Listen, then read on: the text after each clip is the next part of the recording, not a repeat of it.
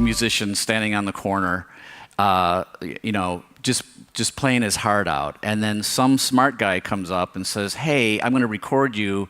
I'll give you a ham sandwich if you let me record you. So those are the two people. There's the musician, the creative guy, and there's the exploiter, the guy with the ham sandwich. But it is possible for creative people to learn more about the exploiting type, because that's what we all should learn. Because every one of us in this room, probably, except for the publisher types, started off creative and resisted every time one of the adults in the room said, you'll never make a living doing that, whatever it is, drawing monsters, playing games, playing music, dancing, whatever it is. It's like, you'll never make a living doing that, and it beats it out. It beats the creativity out of people. And the corporate world also beats creativity out of people. So I'm going to give you a little bit of background, and also, I think you'll see that I tend to improvise when I'm speaking. So that's just my style, and it's the way I stay creative. My mother was a piano teacher. My father was a film director, so I grew up in a household that valued creativity. And the reason I have this slide up right now is this is my view from my deck at my house. That's Puget Sound. That's Whidbey Island. And we just bought this place. And I took this picture just last week, and I thought, well, that's kind of cool. So it helps me to stay grounded. So once I got a music degree from a conservatory in the Midwest, and then I went and got a Master's of Music Composition degree from University of Southern California. I moved back to Chicago, and I was thinking I was going to teach music at a conservatory in Chicago. And in the intervening summer before the job that I was going to get fell through completely, I was doing work as a grip on a set. And the producer came to me. This is a true story. I just was fresh out of a master's degree program. And the producer came to me and she said, hey, Marty, you've got a degree in music. Why don't you write music for the film that we're shooting right now? And I was like, well, because I don't want to prostitute my art. So I'm not kidding. Those words actually came out of my mouth. And I really believed that at that moment. And the funny thing is, well, that's funny in and of itself, but the really funny thing is the very next day, the director of the movie came to me, and it was a short movie. Oh, by the way, this is not a great movie. This was like it's an industrial project. It was a point-of-purchase film for Sears power saws or something. It was bizarre. But he said, hey, Marty, I'll give you $500 to score this film. And I was like, okay. So what it turned out was no one had actually offered me money before. And so as someone who prostituted their art, I just didn't know what my price was. Unfortunately, it turns out that $500 is not really my price, because I had no equipment and no studio, so I had to go to my friend Mike Salvatore, who had been in a rival band, and I said, Mike, I'll split this money with you if you help me do this gig, and we've been partners ever since, so that's pretty amazing. And then, of course, we had to split it again, because the government asks for taxes, so suddenly I got 1/3 of the $500, and that was what my price was. By the way, it's really a thrill to be here in Sweden, and I just found this yesterday. This is where my grandfather was born, way, way, way long time ago. And if somebody after the talk can tell me how to pronounce whatever the heck that place is, it would be really great. I'll be a hit at home. I can say something that sounds whatever that is. So here's the theme of what we're going to talk about. I want you to read this, and when you get it, laugh. So this is the business we're in. When worlds collide, there's the exploitive guy, and there's the creative guy. And the creatives have to depend on the exploiters, and the exploiters really, really want what this musician is able to provide, what the creative person can provide. They really, really need that.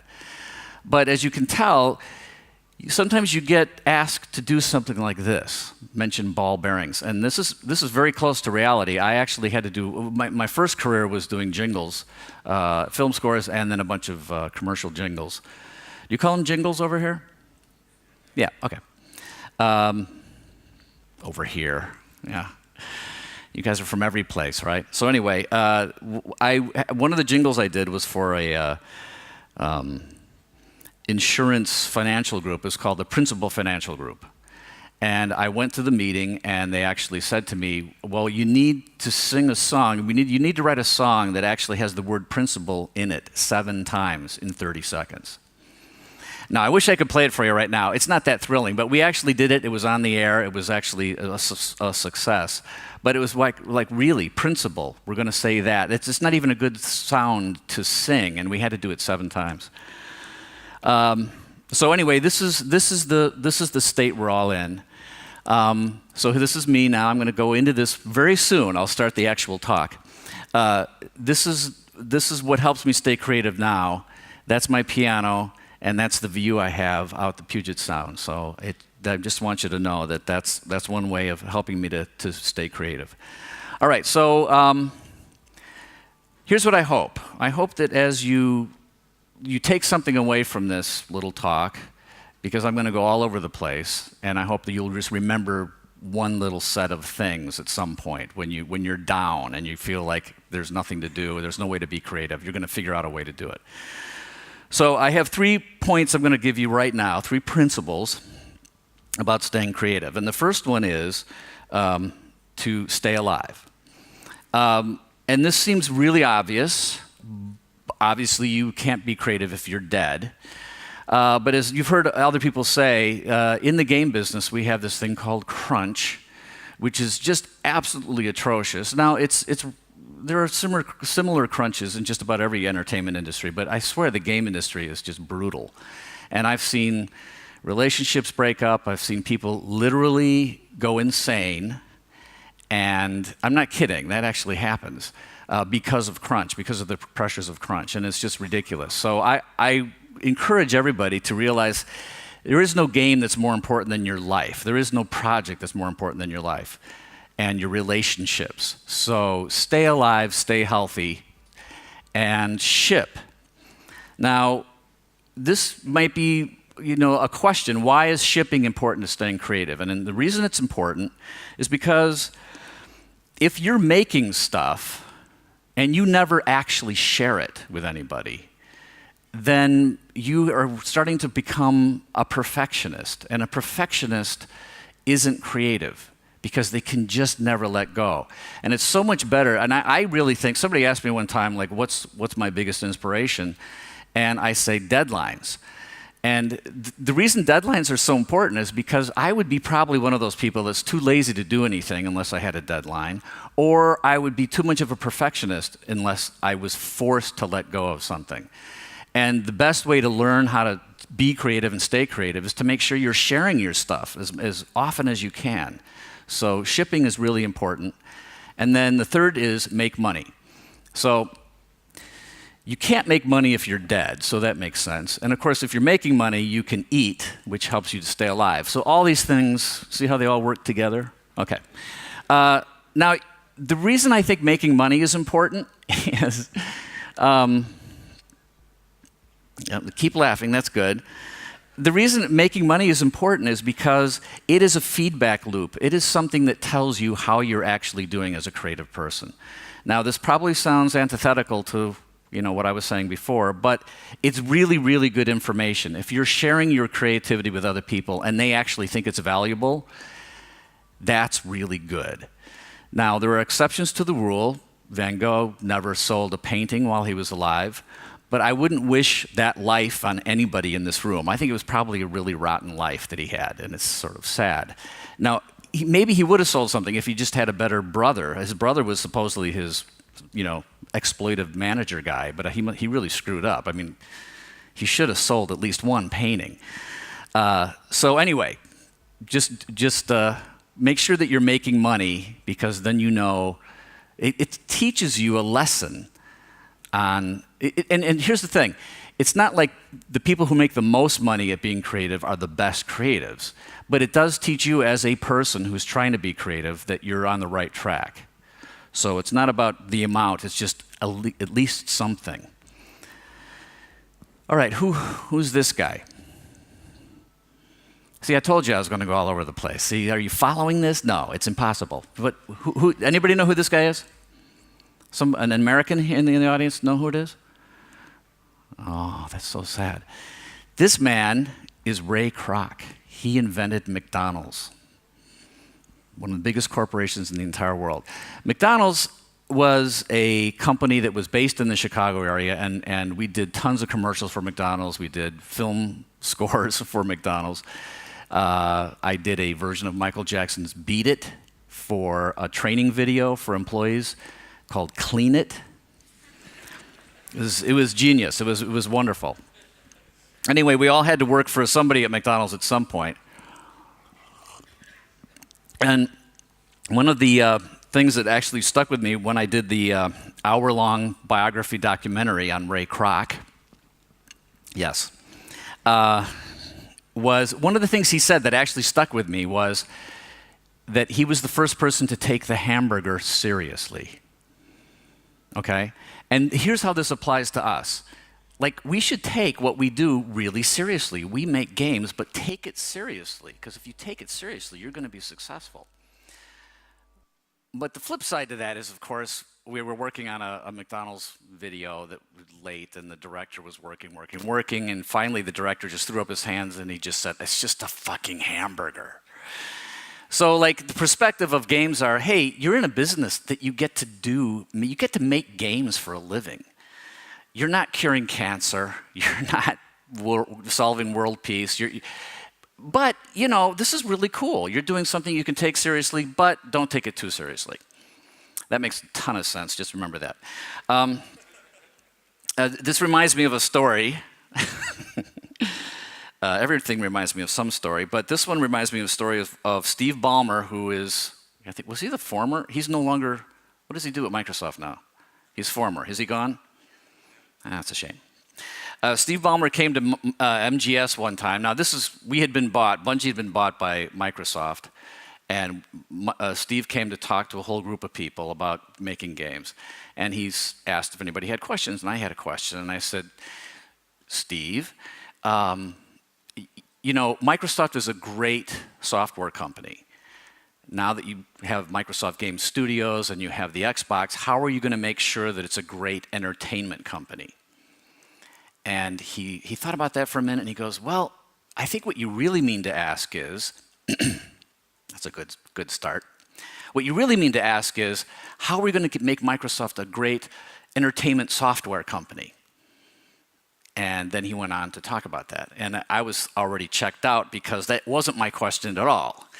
We don't make entertainment software. We use software. We use entertainment software to help us make entertainment. So just remember that. As a creative person, you are making entertainment, whatever it is. Playing games is something that people do with their spare time. And they could be watching a movie or a TV show or going out and playing on the lawn. But instead, they're playing your game for some amount of time. It's what they do with their spare time, and that's what we're all fighting for, and it's entertainment. So just remember that you're making entertainment, and software is just a tool.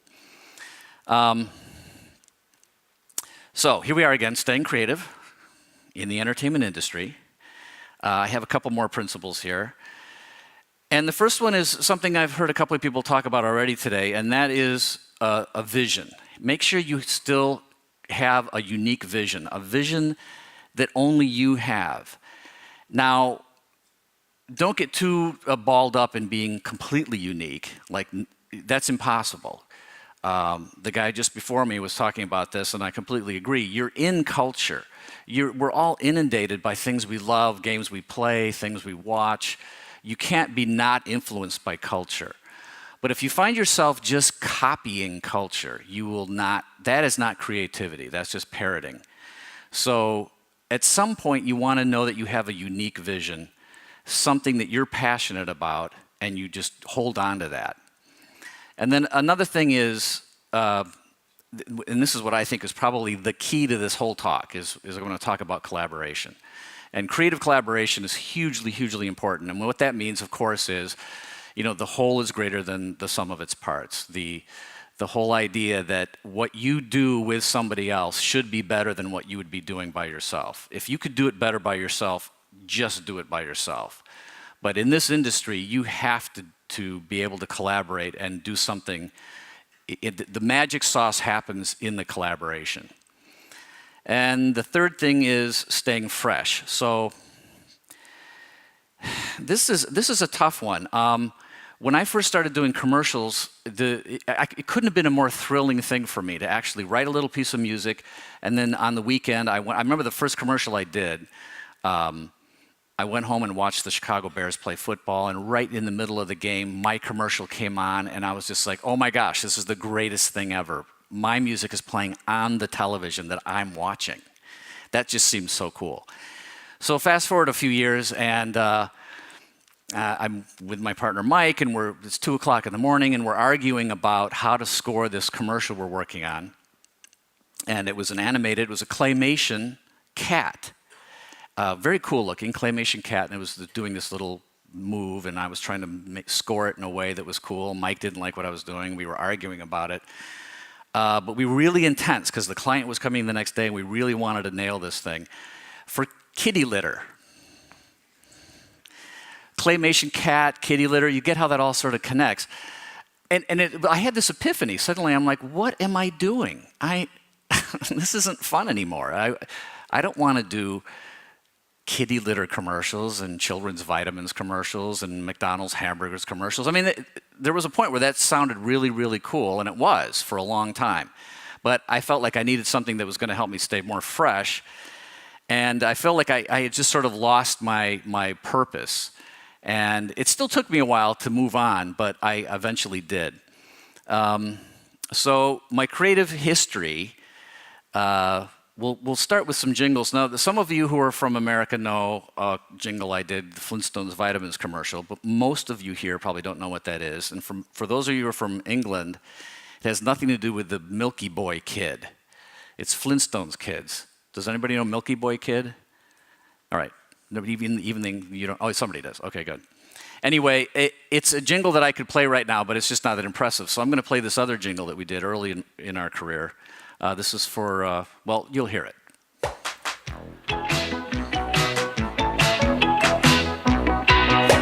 Pop in Brock's candy den, pop out a smile. Fruit and mint flavors, sugarless style. Announcer here. Brock's Candy Den, blah, blah, blah. Pop in Brock's candy den, pop out a smile. America's wearing the candy den smile.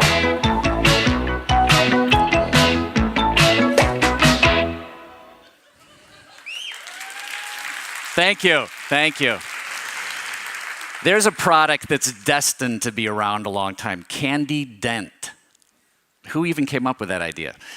Anyway, so that was probably one of the most jingly jingles I ever did. And the surprising thing is that wasn't the one it was the kitty litter thing years later that got me to finally go, what am I doing?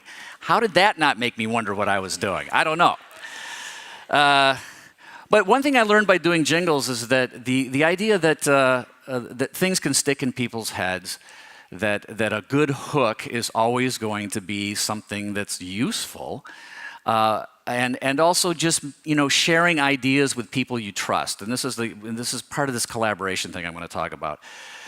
Years later, I'm working.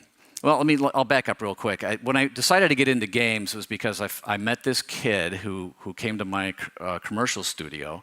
He was 18. His name was Josh Staub.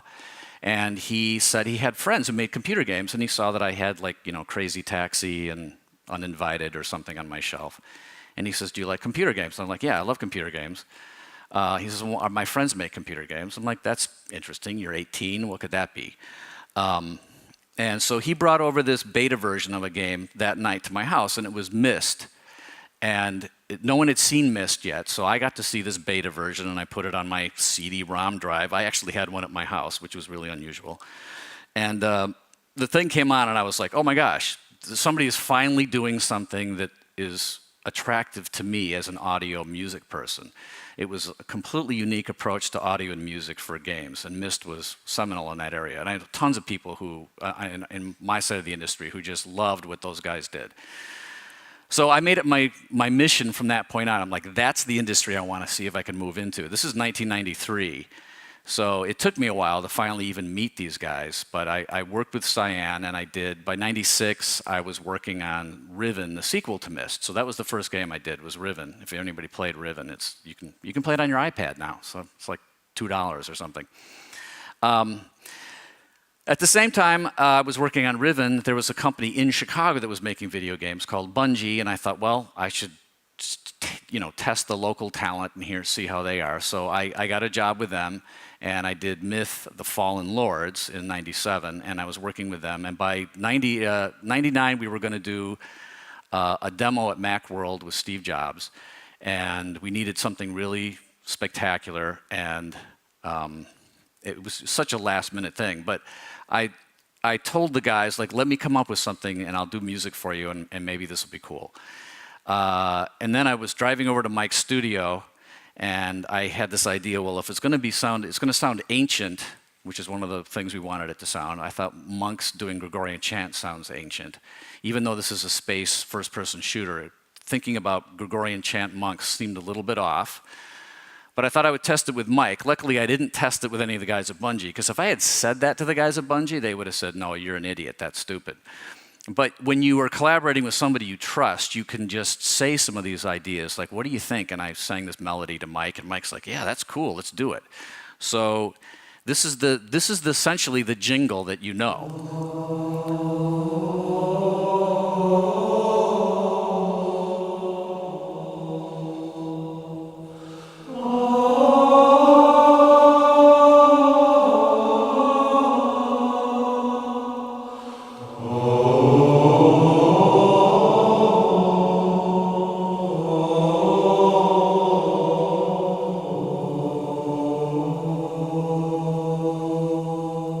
So the interesting thing about that is it's me and Mike and 3 other jingle singers. That's who's singing it. Guys who had sung Mr. Clean commercials for me, so that was fun. I sang Mr. Clean commercials, believe it or not. The other interesting thing is as I even now listen to that, I think space and Halo, and it sounds like Halo. It sounds like Halo, right? When I did it, it didn't sound like Halo. Nobody associated monks with Halo. It's like that was a conscious choice that just turned out to work out pretty good. But I knew that if we had something hooky and unusual that people weren't expecting, we could build on that. So that's about being fresh. So now after, 17 years in the game business, and we did many Halos who was the first guy? Who was the guy who talked at 1 o'clock? What was his name? Steve? That was amazing. I've never seen him before. That was just amazing. But he blamed Halo for killing the game industry. So I was like, okay. But he made up for it because he blamed everybody. So that's fine. But after 17 years in games and doing 10 years of Halo, it started to not be fresh anymore. So it was a good thing when Bungie, number one, we got out of Microsoft, which is great. I love Microsoft. They helped kill the game industry. I don't know if you noticed that. But so did Activision, so there you go. So we started a new project, and we got to collaborate with some new people. And 2 of them are here. And I'm also the voice director, so I get to direct all the voices. As audio director, I really have decided it's like my fault. Everything that comes out of the speakers should be my fault. But I have a team of guys who I know this probably doesn't sound like I do, but I do give them credit. C. Paul Johnson, Mike Salvatore, Jay Wineland, and there's just some great guys who just do really good work. But I want to make sure that as director, I don't say, well, I didn't do that, he did that. So I want to make sure that if something isn't working well, or the music is wrong, or the mix is wrong, or the actors don't work well, that's essentially my fault. It's my responsibility. So here is me collaborating with some new guys. This is Peter Dinklage, and I'll just play a little clip of him. This is how he responds to my direction. What about whispering? Is that too? That's not in the MO of a. Right, he's making a joke. That's true. So there you go. That's how he responds. And then Bill Nye is a great actor and just a total gentleman. Here's him responding to some of my directing. Oh no, that's not my fucking line. I was. Sorry, I thought it must be my line. Sorry. Okay, I'm ready now. Sorry, that's embarrassing. And then I had a friend who has gotten me connections with these kind of actors, and he knew that we were starting something new and needed to like regenerate some creativity. And he said, how about working with Sir Paul? So we got to work with Paul McCartney. And the cool thing about Paul McCartney, like, by the way, when this guy said this to me, his name is Lev Chapelsky. He runs a place called Blind Light. I highly has anybody worked with Blind Light in the room? Anybody? Yeah, you have, of course. Anyway, he can get you anybody, apparently. I mean, when he said that would you like to work with Paul McCartney, I'm like, well, yeah, but that's really dumb. He's never going to work with me. And for some reason, he decided he would, which is cool because Paul is one of these guys, Sir Paul, sorry, who he just never wants to stop. He never wants to stop creating in new ways. I mean, think of the success he's had. He doesn't ever have to do anything ever again. And instead, he's like out there doing ballets and oratorios. And of course, he's still touring and doing incredible stuff. But he wanted to know what it was like to do music, in adaptive music for a game. And so he worked with us, and it was a blast. We got to work. This is a shot of us working in a studio in New York. And the guy sitting next to, this is me and that's Mike, and the guy sitting next to Paul is Giles Martin, who is George Martin's son, who is now a producer for Paul, music producer. And George Martin was the producer who produced all the Beatles and then Pink Floyd, and he's just a genius. So it was really such an amazing collaborative time to be able to work with somebody like those two guys. It was amazing. The thing, though, I want you to understand is, this probably sounds like, oh yeah, having sex with stars.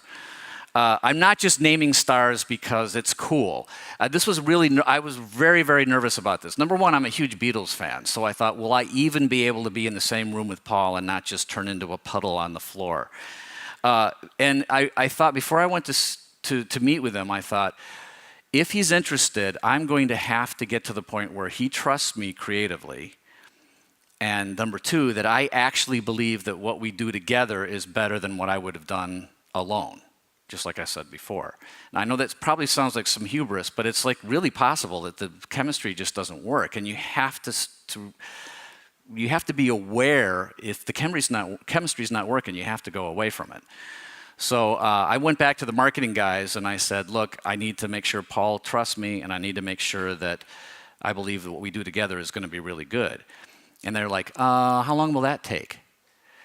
And so there it is again. There's that meeting of the two worlds. How long will that take? Well, if I knew how long that would take, right?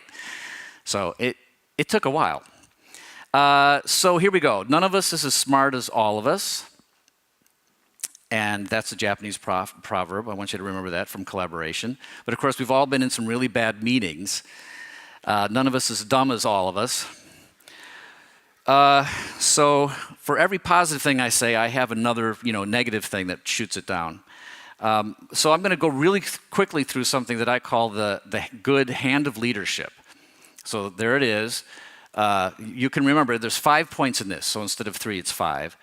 And this is what I think should happen in any good creative collaboration. Somebody still needs to take the lead. It doesn't necessarily have to be you, but if you are taking the lead, I think it's important to drive these things. The first thing is, whatever the concept you're trying to come up with, I think it's important to say, here's what I think. And then as quickly as possible, you give just your little, I'm not really sure, but I think this might be a good direction. But what do you think? And then however many people are in the room, the third thing you want to do right away is let's talk. So you want to get to the point where people all can share, and they already know sort of what you're thinking, so they're not worried you're going to just steal their idea, which, by the way, I've been in a lot of creative meetings where the leader doesn't say what he thinks, And then I'll say, well, wouldn't it be cool if blah, blah, blah? And then later on, he takes credit for it. So that's why I think it's good to sort of break the ice by saying, this is what I think, but let's talk about it. And I want to know what everybody else thinks. And then you get the consensus, okay? At this point, I think it's the leader's job to say, okay, let's summarize. Here's what we all think. Here's what we think. And when you get to here's what we think, it better be better. It better be better than here's what I think. At this point, you need to identify that this is actually something that's way cooler than any of you would have done as an individual. And then you need to drive through to action. Let's do it. So if you just look at this on the face of it, it's I and you, and then from then on it's we. And that is so important. But as a leader, you have to get to the point where people leave that room and know what their job is. And then you just keep doing that until you ship. Loop it till ship. The next day, all right, here's what I think about what we were doing. What do you think? Let's talk about it. And you just keep doing that over and over. Even after you ship, I agree, postmortems in game magazines are not very, well, it's like looking at an accident. I mean, it's morbidly interesting. But what I think internal postmortems, which I've almost never had a really good, solid postmortem, but I think it should be run like this. Here's what I think about what we shipped. What do you think? Let's talk about it. So even after you ship, you should be evaluating what you did creatively. And then, of course, there's the hand of leadership that's bad, which is the hand of leadership that's not good, which is do what I want or you're fired. That's if you're working in a place that says, here's what I think, go do it. You should leave that place as soon as possible. There will be no collaboration. You will not really be able to be creative in that situation. All right, and here's another thing. If you absorb the hand of leadership, great. If you don't worry about it. I have a whole other metaphor I'm going to just spring on you right now.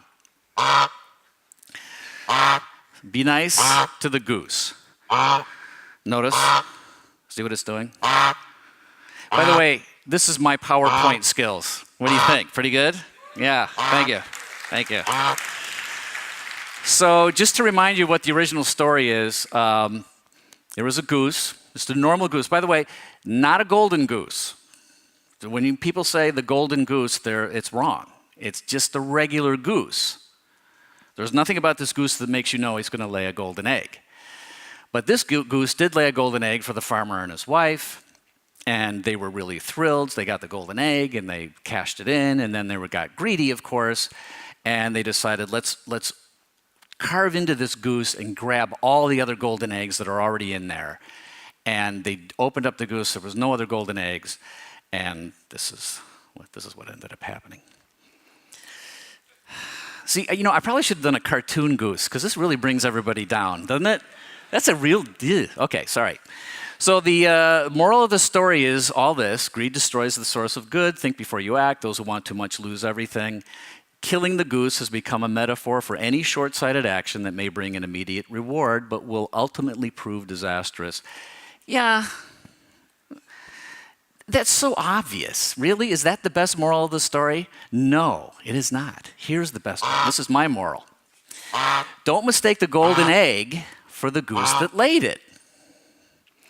So this happens way more often than you might think. And here's how you can tell the goose from the golden egg. The goose is organic. It's alive. See, I'm telling you, my PowerPoint skills are really primo. The golden egg is inorganic, never lived, doesn't have a chance of ever living. So if you end up being nice to the golden egg, it's sort of like turtle wax. You have that over here, right? Okay. It's sort of like it's like polishing a golden egg and expecting that you're going to get more golden eggs by doing that. And really all you get is a really shiny egg. You don't get more golden eggs. And I'm going to keep stretching this metaphor until you go nuts. Corporations, which are filled with the exploiter types, who I still love because like none of us this wouldn't be happening if it wasn't for the business types and the corporations. But that's mutual, back and forth. But corporations tend to mistake the egg for the goose. And when they do that, they give us this. Planet for the Battle of the Apes. Did you... this is actually probably a bad example because the original Planet of the Apes with Charlton Heston wasn't all that great, but it was pretty good.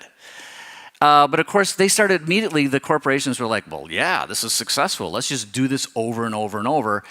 And every single movie from that point on was worse. Just went downhill. They didn't hire the original people who wrote it and created it. Charlton Heston never showed up again. It just went down until it turned into this thing, which was just horrible. If you've ever seen it, it's just ridiculously horrible. But corporations do that all the time. They just beat franchises to death. And I don't know any examples that I can give off the top of my head.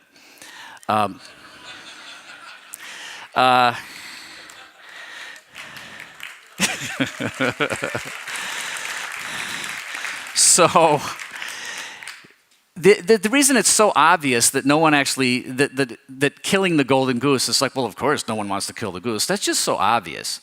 But people don't want to kill the goose, but I'm telling you, they don't have a problem kicking it in the stomach. And a goose that's been kicked in the stomach doesn't want to lay any more eggs. It doesn't want to get out of bed.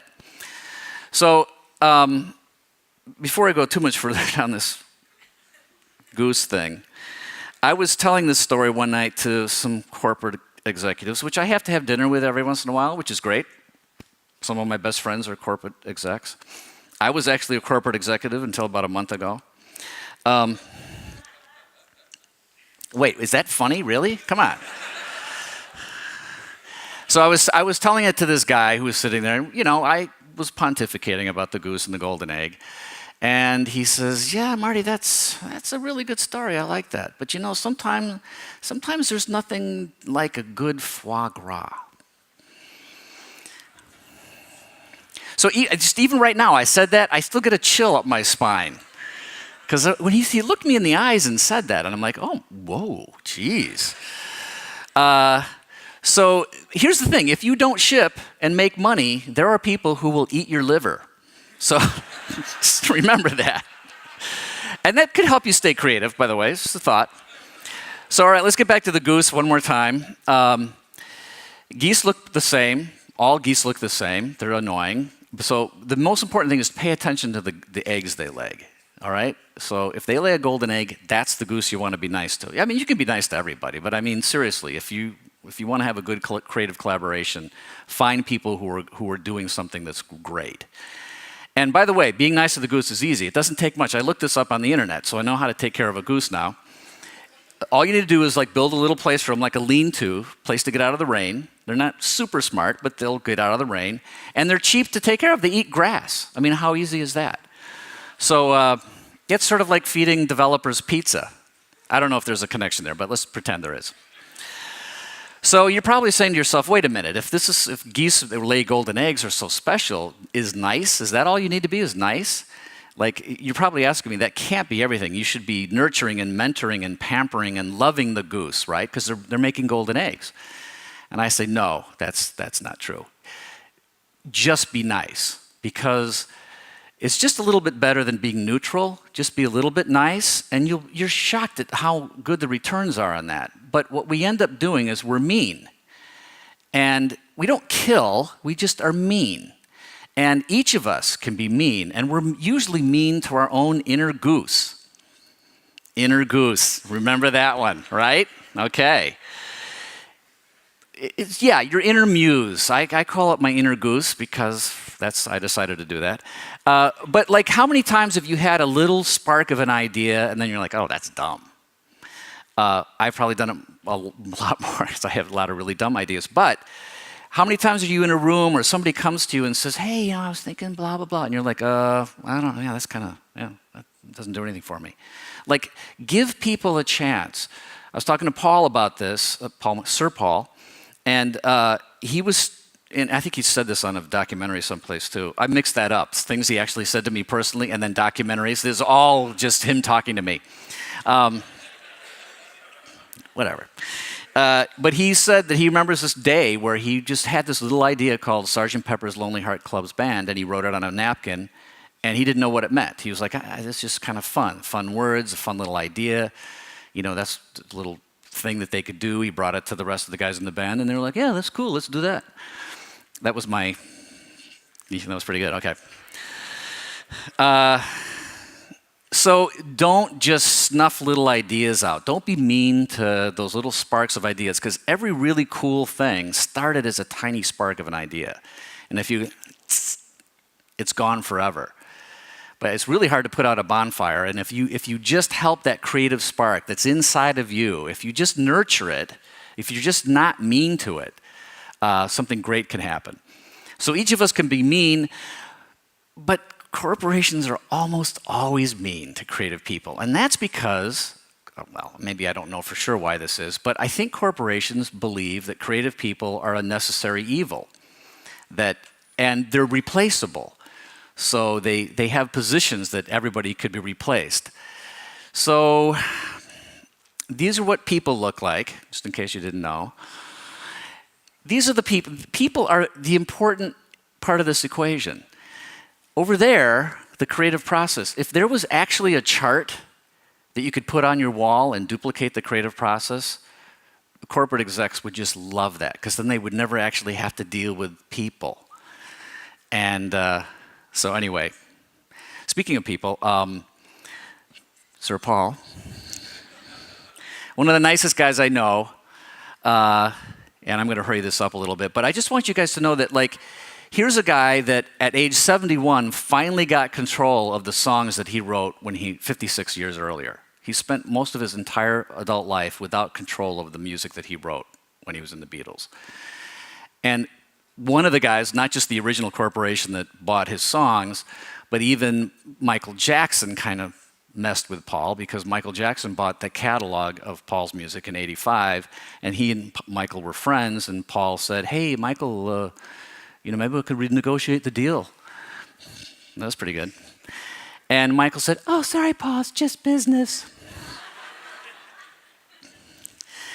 And then there's John Fogerty, who's Creedence Clearwater Revival. He lost control of all of his music for years and years, and he was so ticked about it that he didn't do anything until in the mid-'80s he made a comeback. I mean, I think he's just one of the most genius composers of songs ever, and he's just a great musician. It was so bad that the corporation that owned his stuff actually sued him for plagiarizing himself. You know this story? Yeah. They actually sued him for plagiarizing himself. How can there even be a world where that can happen? So he went to court and defended the lawsuit and won. Most people don't remember that he won. You cannot be sued for plagiarizing yourself. He did that. But it cost him over $1 million to defend himself, and the judge said, yeah, but it wasn't a frivolous lawsuit, so you don't get that money back that you spent defending yourself and winning. And it took him almost 10 years, and he went all the way to the United States Supreme Court, and he finally got the money back, in the mid-'90s, for defending himself, for plagiarizing himself, which, by the way, he didn't plagiarize himself. I have a third example here, too, and this is much more contemporary. I think the kids are listening to this guy. See, that just shows you, wow, I'm just really old. So I'll get through this pretty quick. You know that he also had problems with the corporation, and that's why he did this. He says, the first step I have taken toward the ultimate goal of emancipation from the chains that bind me to the corporation was to change my name to the love symbol. I think he even made the love symbol up. I think that's his own invention. So Prince was the name that my mother gave me at birth. The corporations took the name, trademarked it, and used it as the main marketing tool to promote all of the music that I wrote. The company owns the name Prince and all related music marketed under Prince. I became merely a pawn used to produce more money for the corporation. So this is sort of interesting to me and of course I'm only using musicians for this example because that's what I do. I'm a musician. But it happens across the board with everything. And as a creative person, what I would say is, and this is hard, you're going to make mistakes, but do your best to learn the best kind of deals you can make for the stuff that you invent. Because at the end of the day, we all remember these guys. We don't remember the corporations. We don't credit the corporations with writing the songs. So at the end of the day, you're the one who, you give away your music, you give away your art, you sell it, it's still yours. You still own it in the spiritual sense. And I just am encouraging everybody to own at least a piece of it, because then that actually helps. Helps you be more creative. All right, so I'm going to give you a little hint of some things to come. This is a project that I was really excited to be able to work on, and it was something that I was able to do, and it was a thing that allowed me to stay creative in the midst of corporate culture and working for publishers and everything else. Somebody came to me and said, "Hey, Marty, you usually wait to the last minute to do music." And I'm like, well, okay, yes, I do. But that's usually because I want to write music for an encounter. I want to write music for a story. I want to write music for, a trailer. I want to write music for something that I see. And then they said, well, what if you write music ahead of time? What if you do music all ahead of time? And I said, well, let me think about that. And I came up with this idea that's really an old idea, which is music for the sake of music. There's music that tells its own story, and music that's to be listened to because it's hopefully worth listening to. And I wrote a suite of 8 pieces, and Mike Salvatore, my partner, helped me with it, and we had a huge crew. Paul McCartney contributed great stuff to it. We did this whole thing at Abbey Road, 104-piece orchestra, 44-voice choir, a boys' choir. It was like the pinnacle of my own personal journey of doing music. And we did it the old-fashioned way. We did it in a studio with no click track, with a conductor that was just listening. All the musicians were playing together at the same time, which probably, to most of you, maybe doesn't sound unusual, but believe it or not, nobody does it that way anymore. And it was really, really a wonderful experience just to have real music that was performed and recorded. So I'd like to play, I'm going to play 5 snippets from this, from Music of the Spheres. And this is a work that will be released according to the plans, which are not in my hands, sometime in August. So hopefully this will be available soon. So what I'd like to do is, and I'm going to ask you to do this, and I'm sure most of the people in this room are very visual people. You guys work in the games industry, and most people are extremely visual. So you're looking at me, you're looking at a screen, you're used to hearing music that's accompanying something else. And what I'd like to do is bring the lights down and have you just close your eyes, and if the lights are down, maybe you won't be as embarrassed about closing your eyes. And close your eyes and listen to the snippets of music. It's 5 examples. And each one, I hope, tells you a different story. So just listen to the music. Think about the pictures that it evokes in your head. Think about the story that the music might tell.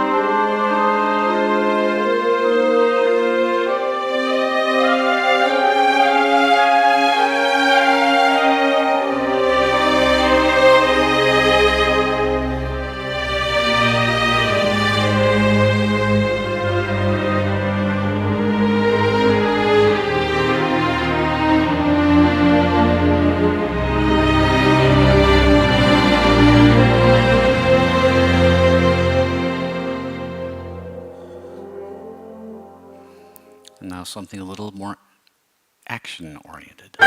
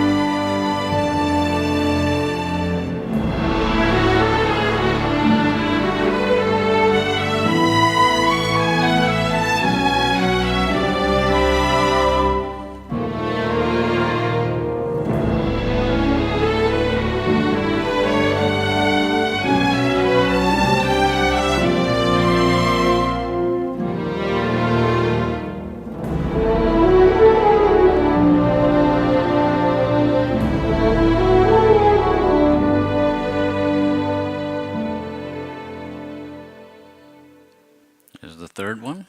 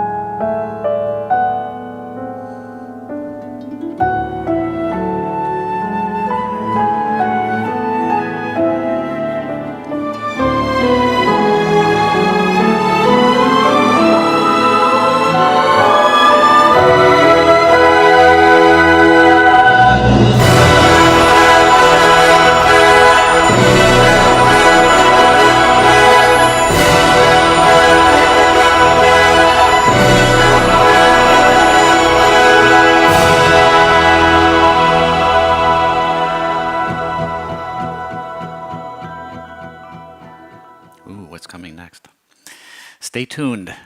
Well, that's the end of my talk. I just want to leave you with two thoughts in conclusion. If you take anything away from this talk, I would hope these would be the two thoughts. Be nice to the goose within you, and be nice to the geese around you, and you will be creative. Thank you. Thanks for coming.